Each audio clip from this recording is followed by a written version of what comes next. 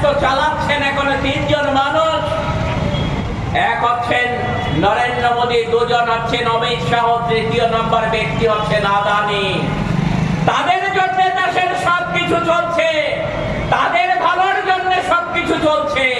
আর সেই লক্ষ্য নিয়ে তারা দেখলেন আদানির সম্পদকে যদি বাড়াতে হয়, আম্বানির সম্পদকে যদি বাড়াতে হয়, তাহলে নরেন্দ্র মোদী, অমিত শাহরা নির্বাচনে জিতে আসার জন্য ওই নির্বাচনী বন্ডের মধ্য দিয়ে যে হাজার হাজার কোটি টাকা পান তাদের কাছ থেকে, যার মধ্য দিয়ে তারা জনগণকে ভুল বুঝিয়ে টাকা বিলি করার মধ্য দিয়ে নির্বাচনে জয়লাভ করার চেষ্টা করেন, সেই সুযোগটা বন্ধ হয়ে যাবে যদি আদানি আম্বানিদের সম্পদের পরিমাণকে আরো বেশি বাড়ানো না যায়।